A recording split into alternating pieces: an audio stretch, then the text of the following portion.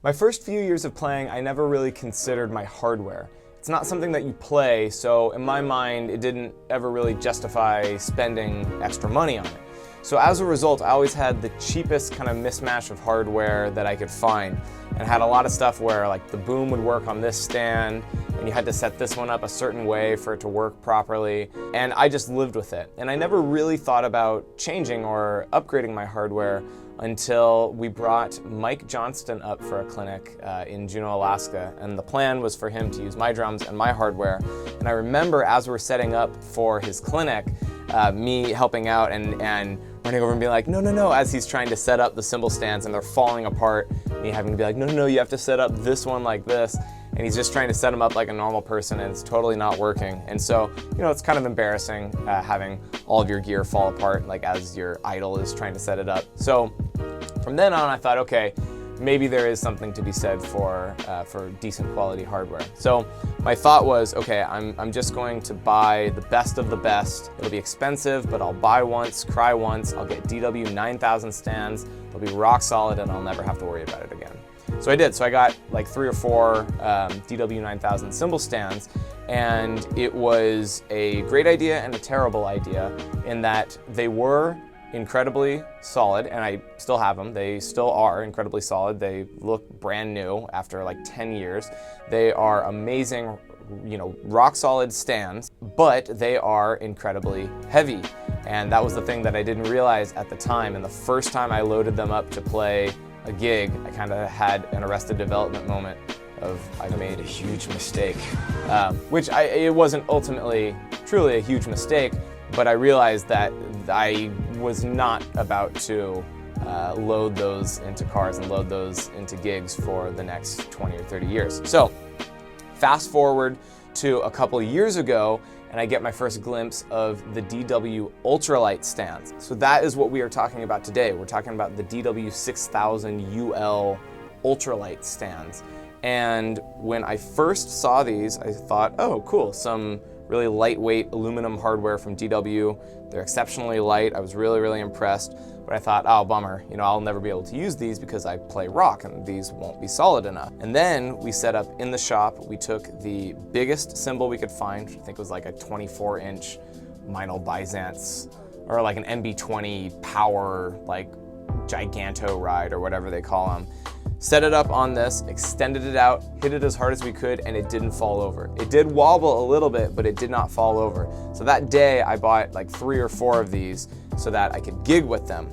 And here's what's crazy. They're 60 bucks, right? So they are kind of on the lower end of hardware prices because they're so light and there's such little material. But for a gigging situation, I will take these over a 9000 series stand any day if I'm the one loading. So that's what's crazy about these, is that they are exceptionally light. I don't have the exact number, I'm sure you can look up the weight, but just from a subjective point of view, I mean, holding this, it is remarkably light for a piece of hardware. I feel like I could hold 5 of these easily in one hand. So they're exceptionally light and they hold up. That's kind of the magic part of it, is that even if you play rock or even metal or whatever, like these will hold up. Like I said, when you put something really, really heavy on them and bash, they can wobble a little bit. The weevils wobble, but they don't fall down. They won't fall down, and what I've been doing most of the time when I gig with these is I've got a 22-inch like crash ride on it, and I'll still, like, I'll bash, I'll play it hard, and I never notice it rocking or wobbling. So these have been an absolute lifesaver. They're 60 bucks, so they're on the low end price-wise of hardware. And yeah, I mean, spoiler alert, that's just kind of my opinion on them, is that they're sort of a no-brainer. A couple of little feature things to point out. These don't have the DW kind of all-in-one little felt and wing nut thing. They're separate, but I'm sure that's just to keep costs down. It's not something that really bothers me.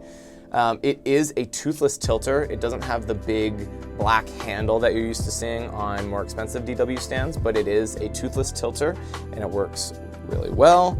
It extends pretty far. I don't know the exact length of how much it extends, but it extends, I'm sure, as far as you would want it to. And here's the other thing too, is that most of the 6000 series stuff is flat bass, and this is sort of flat bass, but here's the deal. You can go from flat bass to a little bit of an angle, a little bit of a curve, and that's the big thing for me, is that I don't really like truly flat bass hardware, because on certain floors it doesn't really work. But these, you can extend it past being flat bass just far enough to make a difference in those situations. So I love these stands. These are awesome. There is an entire line of these. There's a snare stand and a hi-hat stand, and there is a boom stand as well. The boom stand, it just has a tiny little boom, and I'm not sure if it's quite as stable when you extend the boom out. So your mileage may vary with the boom. The snare stand, I've heard anecdotal reports of the basket not wanting to stay upright, of it wanting to tilt. I don't know if that's still the case or not. I don't have the snare stand myself.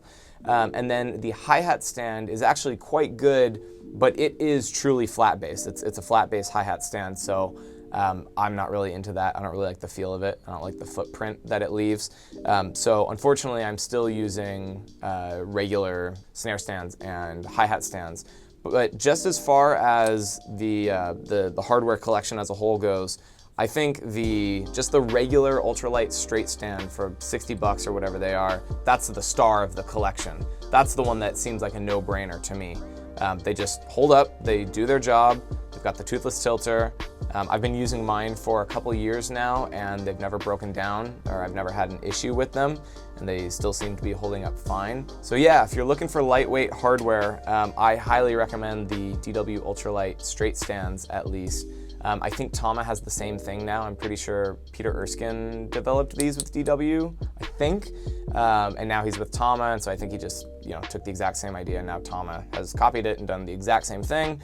I'm sure the Tama ones are just as good as the DWs, but these are the ones I have. They work really well, and yeah, I don't think they're too good to be true. I think they are truly really, really light stands that hold up even if you're playing rock or heavier styles.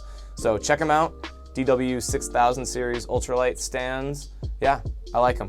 See you in the next one.